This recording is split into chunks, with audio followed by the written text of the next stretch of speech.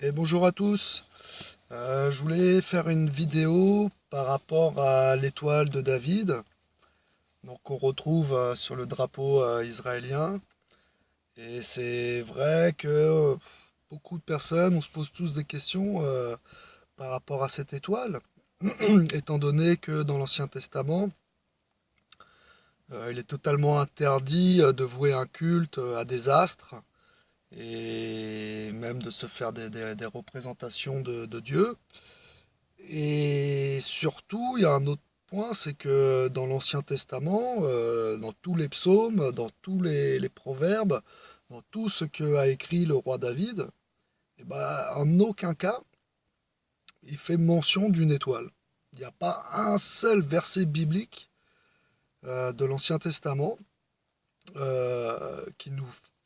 qui fait un rapprochement ou qui parle d'un astre, qui parle d'une étoile.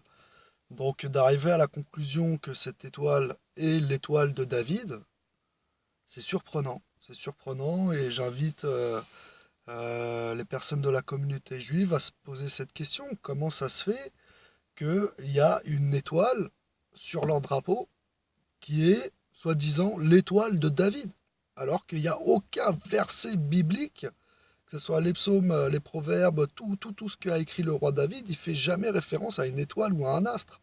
Au contraire, il va dire qu'il faut surtout pas se prosterner devant des étoiles, il faut surtout pas invoquer les astres et ce genre de choses, quoi.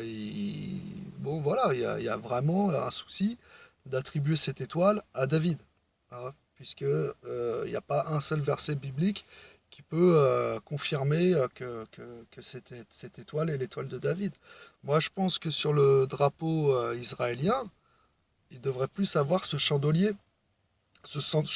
à 7 branches qui représente les 7 esprits du Dieu trois fois saint. Donc les 7 esprits du Dieu des Juifs, du Dieu d'Israël, du seul vrai Dieu, du Dieu d'Abraham, d'Isaac et de Jacob, devraient être représentés normalement par le chandelier à 7 branches et non par une étoile qui je crois a 5 branches, je ne sais plus exactement, je ne vais pas m'aventurer là-dessus, mais c'est vrai que c'est pas logique. Normalement, le drapeau israélien, ça devrait être le chandelier à 7 branches qui représente les 7 esprits de Dieu. Alors en revanche, dans la Bible, dans le Nouveau Testament, effectivement, on va nous parler d'un astre, d'une étoile, mais malheureusement, c'est ce que faisaient les Israélites quand ils se détournaient de Dieu. Donc, on connaît tous l'histoire du veau d'or, hein, bien sûr, où quand Moïse est parti sur la montagne sainte, eh bien, il revenait pas. Et comme il est parti, il me semble, 40 jours, bah, ils se sont dit, il va jamais revenir. Donc, du coup, ils se sont fait une idole, un veau d'or, pour pouvoir l'adorer. Et ça a bien sûr déplu à Moïse et bien entendu à Dieu. Donc le seul moment où on voit que les Israélites euh, se sont fait des étoiles, c'est très négatif, c'est pas du tout positif. Donc je vais prendre un verset de la Bible qui est le Nouveau Testament, dans les Actes, chapitre 7, verset 20. Donc c'est alors Dieu s'est détourné d'eux et les a laissés adorer les corps célestes. Donc on voit bien que adorer les corps célestes, c'est négatif, c'est quelque chose qui ne va pas. Aux yeux de Dieu l'Éternel, on n'adore pas un astre, une planète, le soleil ou la lune ou ce genre de choses. C'est négatif. Donc je vais reprendre la lecture. Alors Dieu s'est détourné d'eux et les a laissés adorer les corps célestes. Comme cela est écrit dans le livre des prophètes. M'avez-vous offert des victimes et des sacrifices pendant 40 ans au désert, communauté d'Israël? Vous avez porté la tente de Moloch et l'étoile de votre Dieu, Rempham. Ces images que vous avez faites pour les adorer. Aussi, je vous déporterai au-delà de Babylone. Donc là, on a un verset biblique qui, justement, c'est le Nouveau Testament, mais qui reprend les écrits de l'Ancien Testament. Et on s'aperçoit qu'effectivement, vouer un culte à un astre, c'est ce qu'avaient fait les Israélites quand ils se sont détournés de Dieu. Donc c'est très négatif. À chaque fois qu'on voit une étoile, il y a souvent un symbole satanique derrière, malheureusement. On en voit beaucoup, hein, des étoiles.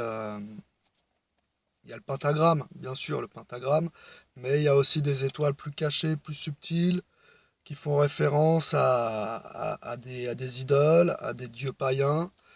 Et ça, c'est sûr que c'est négatif. Donc je vous invite, si vous êtes juif, d'essayer de comprendre la subtilité entre les juifs messianiques, les juifs orthodoxes et les juifs sionistes. Car tous les juifs ne sont pas d'accord. Il y a plusieurs aussi variantes du judaïsme. Et je vous encourage à revenir pour commencer à l'Ancien Testament et de vous méfier du Talmud. Parce que je referai une autre vidéo sur le Talmud. Mais effectivement, tout porte à vraiment à arriver à la conclusion que le Talmud, mes amis, malheureusement, est aussi de source, a été déjà fait d'une manière qui n'est pas en accord avec la Torah, puisque ce sont les chefs religieux qui ont invoqué des esprits et qui disent qu'ils sont tombés sur les bien-aimés, qui sont tombés sur Moïse et Daniel par esprit, et que eux, ces esprits-là, leur ont fait écrire le Talmud. Alors que dans la Torah, c'est totalement interdit de communiquer avec les morts. Donc je referai une vidéo sur le Talmud, mais bon là c'était plus une vidéo sur cette fameuse étoile, qui est l'étoile de David, mais quand on revient à la source, quand on revient à la Torah, on s'aperçoit que David n'a jamais parlé d'étoiles, n'a jamais prié en se servant d'étoiles, etc., etc.